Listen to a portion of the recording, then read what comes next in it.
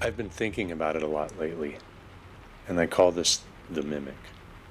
When I was 17, for almost a whole year, something strange would happen whenever my mom and sister were out shopping for the day and I was home alone. I'd hear it, the jingle of keys in the front door, the click of the lock, the scrape of the door sliding open and closed as the dogs rushed to greet whoever had come home. Then I'd hear my mom or sister say, "Stop it, you live here." And the dogs would quiet down and go back to whatever they were doing. I'd get up, ready to say hi and help bring things in, only to find no one was there. It kept happening until I stopped getting up. Instead, I'd stay in bed and call my mom to check where she was. That's when it stopped. Another time, after my mom had surgery, she was staying with her parents for a few weeks. One day, I took my dog for a walk, and when we got home, her dog, who had been asleep in her room, suddenly started barking. Then I heard my mom's voice, "Shelby, stop barking." After a few more barks, the dog listened and went quiet. I ran to my mom's room, thinking maybe she'd come home early. I hadn't seen her in weeks, but the room was empty. I still don't know what it was, or why the dogs listened to a disembodied voice. I don't know why it was mimicking my family. But that apartment, a lot of other things happened there too, like knocking in the walls, claws scraping down the inside of my closet door. This is 100% true. Has anyone else experienced something like this? But there's more from that apartment. Once, my sister had just left to stay with her boyfriend and my mom was at work. I started feeling sick, so I grabbed a banana and went to lie down. Almost as soon as I got into bed, I heard knocking from inside the walls. I could replicate it perfectly by knocking with my knuckle. I called my sister crying, terrified. She came home, but right before she opened the front door, the knocking stopped. She checked on me, made sure I was okay, and then left again. Everything was quiet. Later, I got up to throw away my banana peel. As I passed my closet, I heard one final knock inside the wall. A few months later, I rearranged my room and created a little reading nook on the floor by the closet. I made a blanket nest and leaned against the closet door to read. It only happened if I was there for about 20 minutes.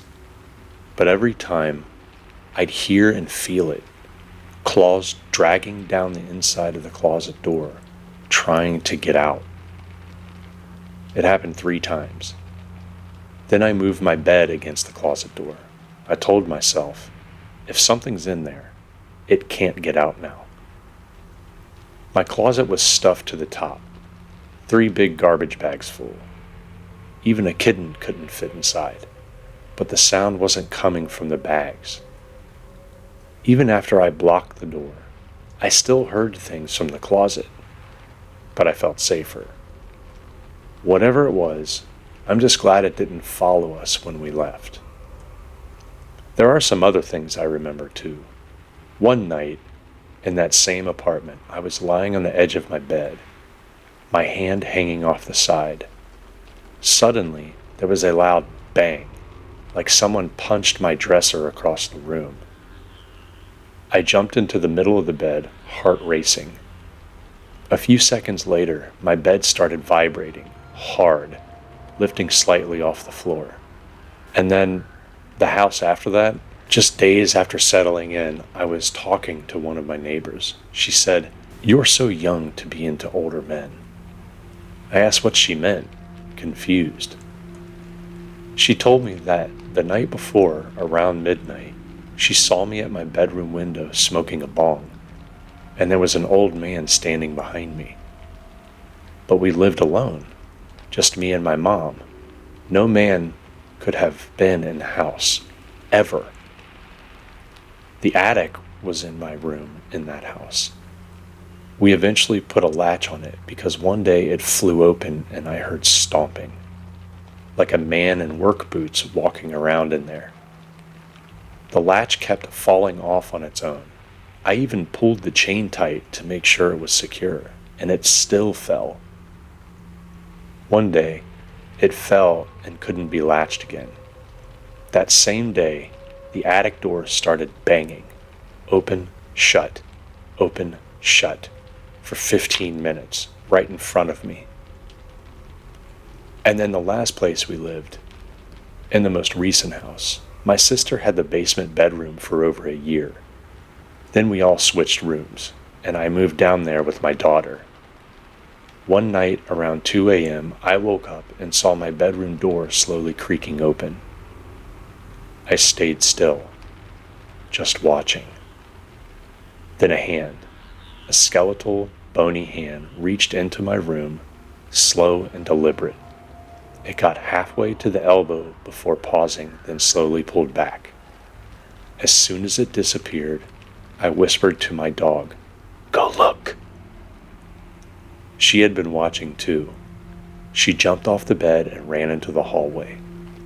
A few seconds later, she came back.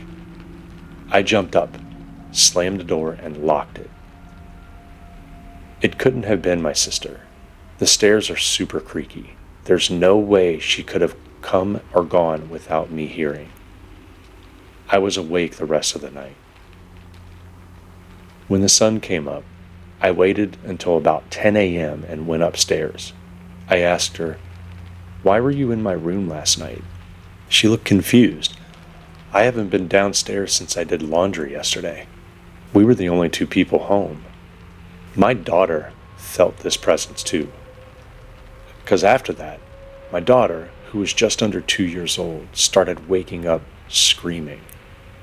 Not normal, "let me out" crying. Full on, terrified screaming. One night, I went into her room when she screamed.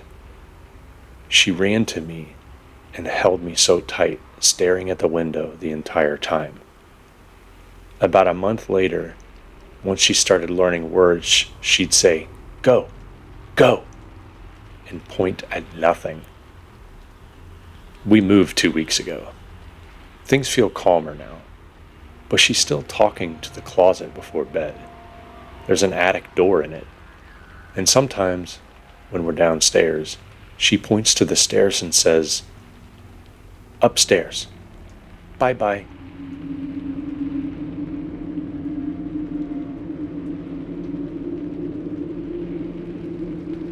I've got a story for y'all, and you can tell me whether you think it was something paranormal or just something off. This happened about 2 years ago, on the night of my girlfriend and I's 3rd anniversary. We had a great dinner in downtown LA, and afterward, she told me she had a surprise planned. Turns out, she'd rented a private pool in the Hollywood Hills through this app called Swimply. Now, I'd never heard of Swimply before. Renting out someone's backyard pool? That's not really my thing. But she was excited about it, thought it would be romantic. So I went along with it, even though deep down I really wasn't feeling it. She had already paid a decent amount, and I didn't want to be a buzzkill. Still, as we started driving up towards the hills, I got this weird feeling in my gut. My intuition was basically screaming at me, "This is not a good idea." I told myself I was overthinking it, but the feeling just wouldn't go away. The reservation was from 7:30 to 9:30 p.m., but we didn't leave dinner until around 8:30, so we were already running late. By the time we got to the house, it was pitch black, dead quiet. No cars, no people. Just this eerie stillness. We parked, and I immediately felt uneasy. To get into the backyard, we were supposed to use a code the owner had given us. But when we walked up to the gate, It was already open. That was the first red flag. It wasn't supposed to be. We stepped into the backyard, and it was honestly nice. Pool, jacuzzi, trees. But the pool had a tarp over it, and it was a cold night, so we just sat up in the jacuzzi. Still, from the moment I stepped in, I felt off. It was like a wave of vertigo hit me. I glanced toward the house and saw a couple of lights on inside, but it was mostly dark. Couldn't tell if anyone was home. After a minute or two, I got that feeling. You know the one. Like if you keep looking, you might see something you really, really don't want to. No music, just the cold wind, the slap of the tarp against the water, and a wind chime softly clinking above us. The vibe was off. Around 9:15, I finally told my girlfriend, I think we should go. I don't like the energy here. And as soon as I said that, she nodded and said, yeah, let's go. That was when my stomach dropped. She felt it too. We went to the back to change, where the outdoor bathroom was. I rushed through it, just wanting to get the hell out of there. As we walked toward the gate, I swear I felt it. That instinctual, primal feeling. The hairs on the back of my neck stood up. It felt like someone was watching us, following us.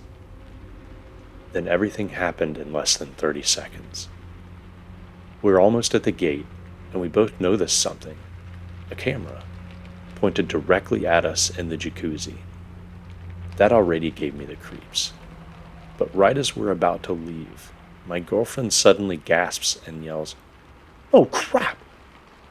I didn't ask questions. I just grabbed her and we bolted. Now, I believe in something. I'm not saying it was a ghost, but I believe there's more out there than we understand. My girlfriend, she doesn't do ghost talk. It freaks her out. So once we got in the car, I asked her, what the hell happened back there? Why'd you yell?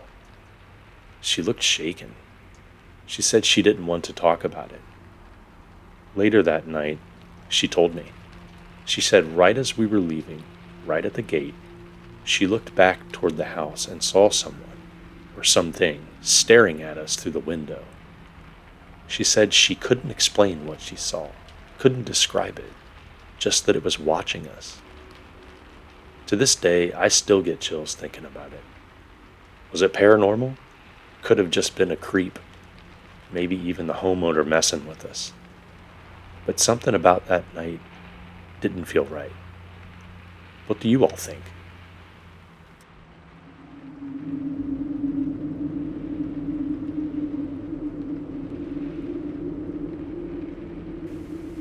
So I have two stories to tell. The first one goes back to the 1970s. When my family visited the RMS Queen Mary, now permanently docked in Long Beach, California, I recently asked my sister what she remembered about that day. Now, the memory she shared sent chills down my spine. Here's her version of what happened. You were in about the second grade, still just learning how to read. We had wandered a bit from mom and dad, still within sight, but far enough to feel like we were off on our own little adventure. We ended up at a quiet, open spot on the outer deck, standing side by side with our hands on the railing, looking out over the ocean. There was no one else around, just us and the view. In the distance, a small plane flew by, towing a banner advertising a beach concert. You started sounding out the words, slowly and carefully, like little kids do when they're just learning. After a bit of struggling, I suddenly heard a woman's voice behind us. Now at first, I thought Mom had joined us, but it wasn't her. The voice was soft and kind, gentle, really. This woman began helping you read the banner aloud. Every time you paused or got stuck, she'd softly sound out the next syllable, and you'd repeat it right after her, almost in perfect timing. She kept helping you through the whole message, and you followed her lead so naturally. But as you got to the last word, I got impatient and blurted out the final syllable myself. As I turned around to thank her for helping you, there was no one there. Not behind us, not anywhere nearby. The whole section of deck was empty. No place to hide, no doors she could have ducked into, nothing. It was so strange, too spooky. I told you we should head back to Mom and Dad right away. Now, here's what I remember, and it's a little different. What's funny is, I do remember the woman, and I don't mean just some random passerby. I mean a lady, capital L. She was standing next to me before my sister arrived. She had that old-fashioned, dignified look, wearing a floral dress, maybe gloves, carrying a purse. She looked formal, like she belonged to another era. Her face was kind, though nothing particularly memorable. I remember she seemed very fond of the Queen Mary. She stood beside me, gazing at the ship, saying things like, "Isn't she just beautiful?" Being a polite little kid, I replied something like, "Yeah, it's neat." But honestly, I was more interested in the other ships out in the harbor. That's when my sister came over, and that's where her version picks up. The strange part is, I don't recall the woman speaking once my sister got there. I thought she had already wandered off. So now we're left with this odd mismatch of memory. My sister remembers a disembodied voice guiding me through a reading lesson, one that vanished without a trace. I remember a very real woman standing beside me, friendly and talkative, but gone by the time my sister noticed her. Who was she? Just a kind stranger we didn't notice leaving? Or someone, or something, that never truly left the Queen Mary? All I know is, we both experienced something that didn't quite add up, and decades later it still gives me chills. So, my other story goes as follows. It was a dark and cold Christmas night. No, seriously, it really was. In northern Minnesota, Christmas Eve with the family. Outside, it was well below zero. We were at my aunt and uncle's place. An old house, very old, very haunted. My cousin and aunt will both tell you, yes, this place has spirits. They've each got their own stories. I was about 17, visiting from a much warmer climate. We were opening presents that night, as is our northern custom. I was sitting on a weird spot on the carpet, on the floor, while everyone else had chairs. We were all laughing at something, a joke, a story, typical family gathering stuff. Then it happened. Suddenly, boom! A loud thud echoed from the dining room, which, to be fair, was really just the dining room table off to the far side of the room. It sounded like something heavy had slammed into the floor, like a slab of wood tipping over. I felt the vibration through the floor beneath me. I whipped my head to the right, and that's when I saw it. A low, dark shape darted out from under the table and disappeared into the kitchen. It moved fast, black, with sort of a burnt orange stripe of fur, or something that looked like fur. Whoa, I thought. The cat must have knocked something over and bolted into the kitchen. They had a cat, a semi-feral calico named Topsy. That cat was true evil, but that's another story.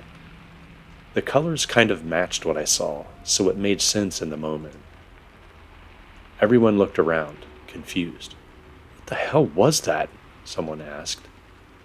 "That was the cat," I said. "I saw her. She ran into the kitchen. Zoomed out of here. Must have knocked something over. Can't be Topsy, my aunt. She's over here. And sure enough, there she was, sleeping peacefully on the windowsill near my uncle. Now I was confused. Everyone was confused. Then what did I just see? I asked, standing up and walking over to the dining room table. Nothing was out of place. Nothing had fallen. The chairs were right where they should be. There wasn't even anything to fall over. Perplexing, to say the least. I can't remember if anyone else said they saw what I saw, but everyone heard it. I described what I had seen, but in the end, chalked it up to my eyes playing tricks on me, which was strange because I was 17, not exactly going blind. My aunt just nodded and said, "Did you see something and then it was gone?" "Yup," I replied. "Sounds about right." The whole thing killed the festive mood for a little while, but we eventually shook it off. Later that night, I helped load gifts into my cousin's truck, in the minus 36-degree cold, not exaggerating either. I mentally filed the incident away as a fluke, maybe a hallucination, a mind trick.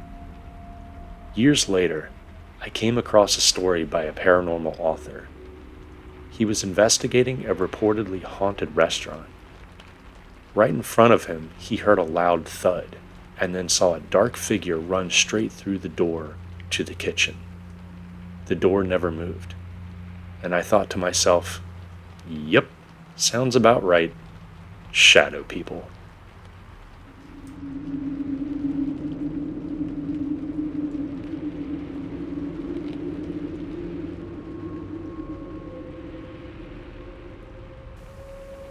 I once knew a family who lived on the shores of Lake Monroe in Indiana. They managed a boat dock and lived on site in a weathered log cabin tucked up against the water. There were 3 sons, tough, outdoorsy types, living and working there alongside their mom. One night, we were all drinking around the campfire when the oldest brother started telling me about the abandoned town buried beneath the lake. Apparently, the valley had once held a community that was forced to relocate when the area was flooded to create the reservoir, so the wealthy could have a lake to play on. That's when I asked the question I always ask. Got any spooky stories for growing up out here? Immediately, all 3 brothers launched into a detailed account of something they called the haunting in the back room. The room in question was a later addition to their home, probably built in the 1970s. It was tacked into the back of the cabin, cheap windows, barely insulated, and raised up on stilts to match the main floor. First, they said, it was always colder than the rest of the house. I laughed, said that's normal for slapdash construction, but they got serious. Insisted that it would get so cold in there you could see your breath, even in the middle of the summer. The brothers had always found the room unsettling, but it was their guests who had the worst experiences. Apparently, anyone who stayed in that room would wake up feeling watched, or worse. Some said that they heard hissing or whispering in the night. Others claimed to have been slapped awake. In the morning, more often than not, they'd find their guest curled up on the couch in the den, refusing to go back in. That felt a little anticlimactic to me, so I pushed them. Come on, that can't be your best story. That's when they told me about the ghost girl. The 2 older brothers used to go catfishing at night. One evening, as they sat in the dark, they noticed a pale, flickering white light moving along the distant shoreline. It looked like fire, but the color was off. Too white, too cold. At first, they thought it was just another late-night fisherman, maybe someone noodling like they were. It wasn't until the next morning that they realized the light had been floating halfway up a sheer cliff, moving steadily, like someone walking. After that, they saw it again, many times, but they didn't like to talk about it. One night, around 3 a.m., they finally decided to investigate. The light was lower this time, dancing along a flat shoreline. They pulled their boat closer and called out. That's when they saw her, a girl, or maybe a woman, walking barefoot in a white nightgown. She didn't stop, didn't even look at them. Curious, and probably more than a little dumb, they circled around to get in front of her and tried again, asked if she needed help. That's when they saw it clearly, and their whole tone shifted when they told me this. No bravado, no flirting, just raw fear, masked by adrenaline. They said it was a little girl in a nightgown, but she had no face. They swore up and down in that aggressive, defensive way young men do when they're genuinely rattled. I remember sitting there, the fire crackling between us, listening to these boys. They had been trying to act tough and flirty just moments earlier, completely changed their mood. Their whole demeanor shifted. Whatever it was they saw, it shook them. I heard this story in 2013, right there on the shores of Lake Monroe. And whether they'd rehearsed it 100 times or had truly lived it, I believed that they believed, and that made it real enough for me.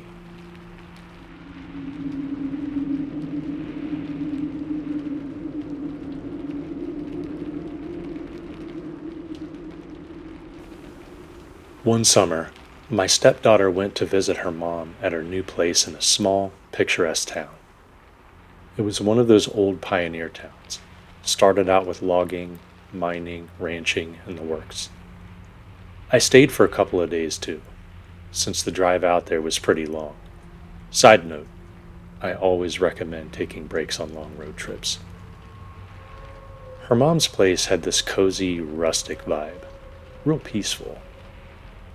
But from the moment I got there, something felt off. Not in a bad way, just different.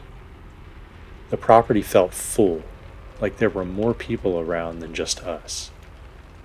I kept getting the sense that someone was watching, or maybe peeking at me from behind a corner now and then. The next day, I could have sworn I saw a girl, wearing an old-fashioned, late 1800s style nightgown, running around outside. Eventually, I asked my stepdaughter if she thought the place had a ghost. She didn't even pause, just said, "Short little blonde, kind of wavy hair, white dress." That was all I needed to hear. It confirmed everything. Thing is, I never felt scared. The trip was actually really relaxing. Barbecues, a cold beer next to a crackling campfire, and stars so bright they didn't look real. It was great. But you know, I like making money, so after a few days we headed back to the city. For a while after, I still catch flashes of that little ghost girl, brief glimpses here and there. She was always calm, never disruptive. We never tried to chase her off. Fast forward to the next summer, I had to visit Texas. Never again, by the way. I stayed in this renovated hotel that had been rebranded, modernized, but the vibe was strange. Honestly, all of Texas has this different kind of energy. Not in a bad way, just different. In my hotel room, I kept feeling like someone was watching me. And then, while waiting for the elevator one night, I clearly heard a voice say, "Can I come?" Now, I'm one of those people who's aware of their thoughts. I know what's mine, and I know what's not. And that wasn't me. I mean, why would I ask myself if I could come with myself? That made no sense. So mentally, I just responded, "Sure." After I got home, I started seeing flashes. Not just of the first girl, but of two of them, skipping, running, or just sitting and chatting together. Sometimes I can feel them nearby. One will perch on the left arm of my recliner, the other on the right, usually when I'm watching anime or drama or ghost hunting videos. It's like they've become best friends. My grown kids and I sometimes hold casual seances. We've talked to the girls. They told us they're looking for the experience of being part of a family. We even get them little gifts now and then. Honestly, feels natural. I think they might be on a waiting list for reincarnation, so for now, they're just chilling with us.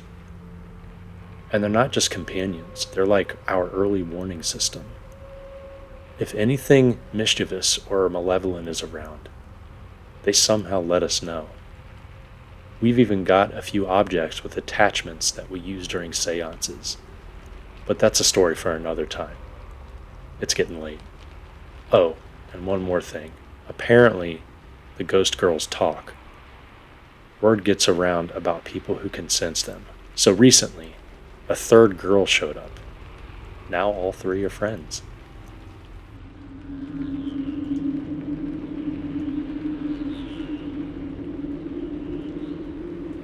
The following occurrence took place in late July 2023.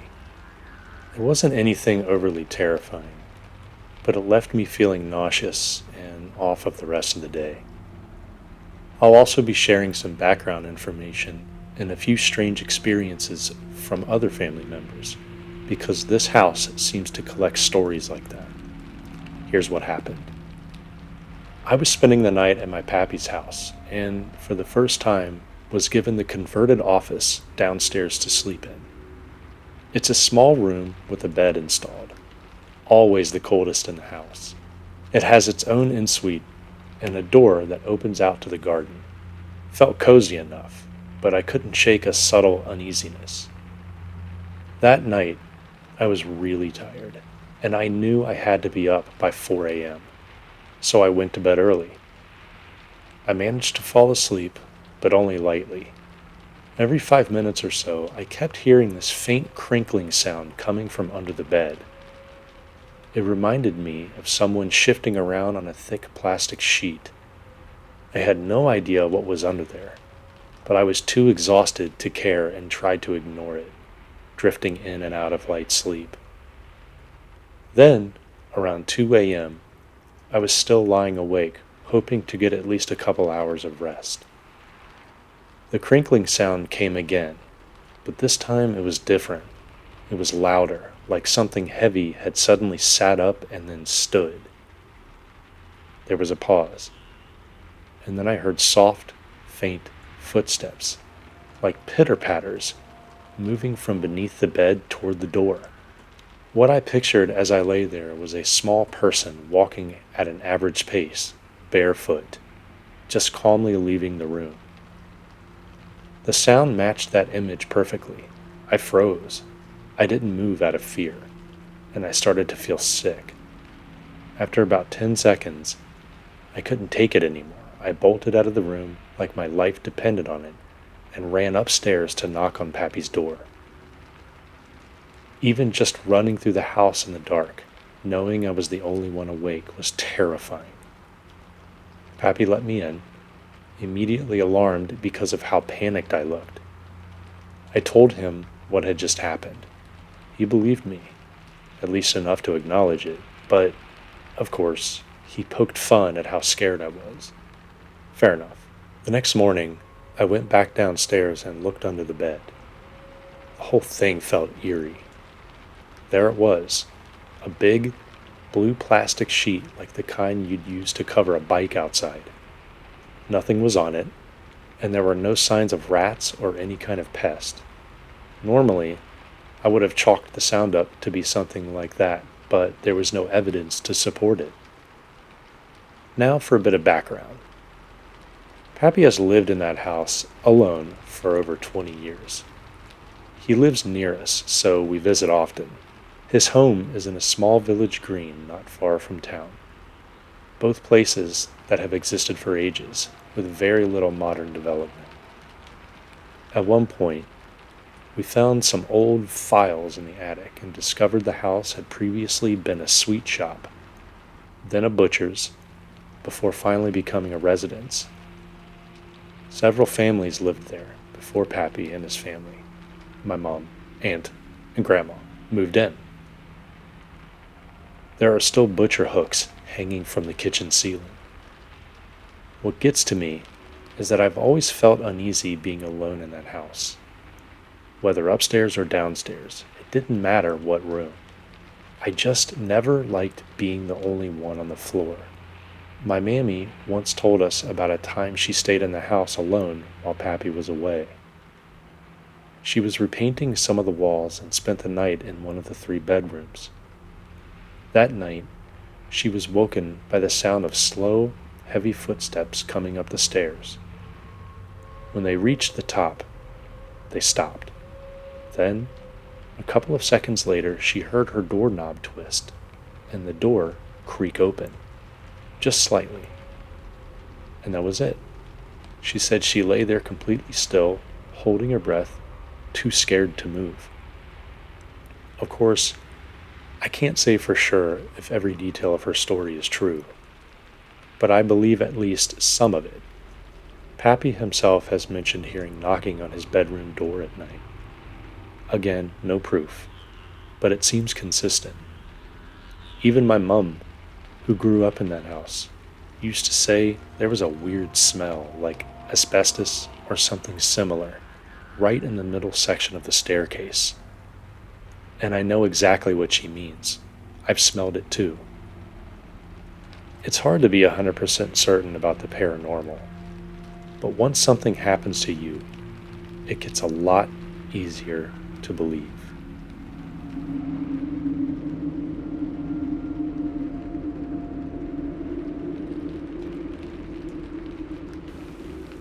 When I was a kid, my stepdad was in the military, and when I was 10, we moved to a city in Kansas. I won't say where exactly, but we lived there for 3 years. Our house was directly in front of a cemetery, literally. Once you crossed our backyard fence, there was a cemetery in the grounds. It was already kind of creepy, but things didn't start getting weird until I hit 6th grade. That year, I made the mistake of walking through the cemetery regularly. I don't know what made me do it, but I regret it. After I started doing that, I began experiencing strange, unexplained things.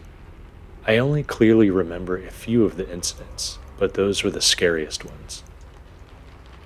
So the first thing I heard were the scratching noises. This happened at the beginning of the 6th grade. I was in my bedroom, which was in the basement. I was the only one down there. One night, I started hearing a strange noise. It sounded like someone scratching themselves. It wasn't loud, just faint, but it went on for about a minute. I froze completely, barely breathing, trying to make sure the sound wasn't coming from me. It wasn't. I was perfectly still. When I finally calmed down enough to think, I realized it sounded like the noise was coming from underneath my bed. I gathered the courage to look, and there was nothing there. But I still remember that sound so clearly. Incident number 2. Sleep paralysis and the horned figure is what I like to call it. This was the first and only time I ever experienced sleep paralysis. I didn't even know what it was at the time. I woke up, but my eyes were still closed. I was very aware that I was awake, but I couldn't move. I immediately felt like I was being watched. When I finally opened my eyes, I saw a tall, black figure with horns just standing there, staring at me. It didn't move or make a sound. I was petrified. I could hear my heartbeat pounding in my ears, and I tried to move my leg, but I couldn't. I shut my eyes as tightly as I could and somehow went back to sleep. I haven't experienced anything remotely close to sleep paralysis since, but that moment still sticks with me. Incident number 3, the laundry room door. One early morning, I was getting ready for school. My room was small and square-shaped, with a vanity near the entrance. The basement bathroom was to the right, and the laundry room was directly across the hall.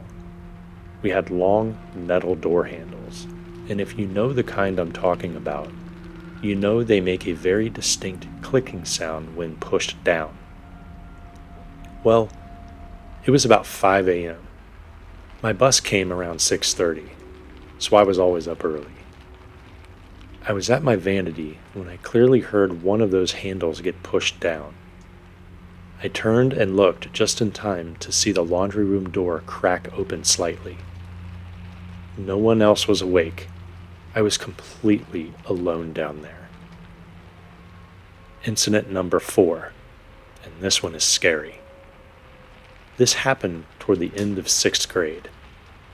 I woke up at exactly 4 o'clock a.m.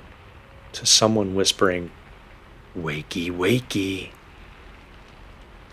What's strange is that I'm a deep sleeper. I usually sleep through alarms, and this voice was barely even a whisper. But somehow, it woke me up instantly. When I got up to get ready, I realized none of my alarms had gone off.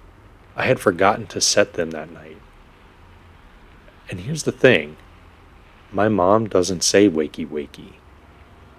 She doesn't say that to wake me up. She never has. And my stepdad was deployed at the time, so he wasn't home either. That whisper wasn't anyone in the house. Incident number 5, the freezing trampoline. This one was probably my fault. My mom always wanted me and my sister to play outside. So one super hot day, I decided to lie down on the trampoline and ended up falling asleep. I woke up freezing cold. No shade, no clouds, and it was one of the hottest days I can remember. But I woke up shivering like it was the middle of winter. That made no sense at all. I always felt like I was being watched in that house, especially in the basement. Over time, it got so bad that I became scared to stay home alone, something I usually never minded. Even now, my mom still brushes it all off.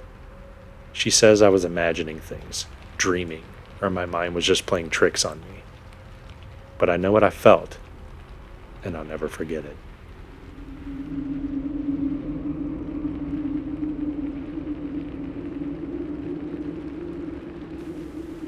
Sorry in advance. The story is long, but I think the details are important. I want to be clear though. I believe this story 100% to be true. It comes from my father, a man who doesn't exaggerate and who I've always known to be straightforward and rational. Whether you believe him is up to you. Let me give you some context. My dad is a 70-year-old Italian man, originally from a small town of about 3,000 people. Over the years, the town has shrunk, mostly home now to the elderly and most stubborn locals. The house he grew up in has been in our family for generations. It was built in the late 1800s, and people have both lived and died in that house. In fact, during my visit in 2013, I knowingly slept in a bed where someone had died in their sleep. I didn't find that out until years later. My father is a hardcore atheist. No God, no ghosts, no afterlife. Nothing. I'm religious myself, and while he pokes fun at my beliefs, he always respected them. He grew up dirt poor after World War II, which made him incredibly frugal. He's been back to visit his family home in Italy at least a dozen times over the years. And until 2017, nothing strange has ever happened. That year, everything changed. On that trip, my father invited a friend to stay with him, mainly to help the guy save money during his visit. At first, everything was normal, but then little things began to feel off. One evening, a family friend came by to cook pasta with my dad. Very Italian, I know. Meanwhile, my father's house guest was folding laundry nearby. Out of nowhere, the guest seemed to zone out completely, as if he were deep in thought. Then, without saying a word, he just walked out of the room. It was strange. This was someone known for being extroverted and chatty. So, the sudden switch in behavior really stood out. Still, my dad brushed it off. A few days later, that same family friend returned for another visit. As he was leaving, he nearly fell down the stairs. This was unusual, not just because of the fall itself, but because the staircase has deep grooves in each step, making it quite difficult to slip the way he did. Again, they chalked it up to a simple accident. Then the real shift happened. The house guest began acting distant and cold. He seemed preoccupied, distracted. My dad finally asked him what was going on. The man looked at him and said he felt a dark presence in the house. Now, my dad had known this man for years. He trusted him. And while he still didn't believe in the supernatural, the seriousness in his friend's tone gave him pause. Not long after, my father found himself alone in the house at night. The lighting in the home is outdated. Just a small bulb in the kitchen and a few dim lights. And those lights are in the bedrooms. The staircase that leads to the road outside had no light at all. The only illumination came from the kitchen upstairs, casting a faint glow down the stairwell. And that's where it happened. As he stood at the top of the darkened stairs, he saw something at the bottom, next to an old wooden chair. He described it as a black figure, shaped like a human but made of smoke, like mist or water flowing unnaturally. He said the smell hit him next, something foul like rotten eggs, but not exactly. Something worse, something unique. He stood frozen, trying to convince himself it wasn't real. Then, that it was a trick of the light. But then, the figure started moving, up the stairs. He said the way it moved was fluid, unnatural, but undeniably human. He tried to look at its face, but no matter how hard he tried, he couldn't see it. It was like his eyes just wouldn't focus on the face, as if something was intentionally hiding it from him. His heart was racing. He thought he might have a stroke. He couldn't move. He felt as though something was controlling him. Eventually, the pressure lifted. The figure dissolved into the darkness. He stood there, unsure if what he had seen had really happened. That night, he stayed in the house, but he didn't sleep well. The very next day, he left and checked into a bed and breakfast for the remainder of the trip. Now, remember, this is a man who is extremely cheap. For him to spend money on a place to stay when he already had a perfectly good house says a lot. And he didn't stop there. He even brought in a priest to bless the house. This is a man who mocks religion, who doesn't believe in God, but still went out of his way to have the place blessed. If that doesn't say he truly experienced something, I don't know what does. He returned to the house a few years later and said things felt normal again, except for the occasional sound of doors slamming upstairs, which he blamed on wind drafts. Still, he admitted that after what he saw, he no longer believed nothing happens after death.